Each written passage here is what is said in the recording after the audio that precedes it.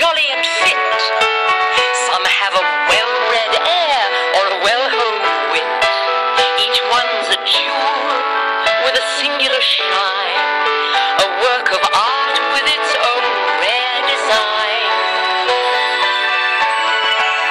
Dear little girl, you are terribly blessed, but it's your heart of gold I love the best, and that'll be your crowning glory, your whole life through. It'll always be your crowning glory, the most glorious part of you.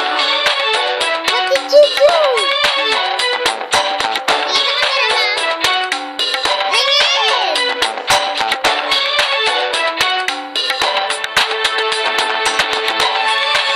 Some boys can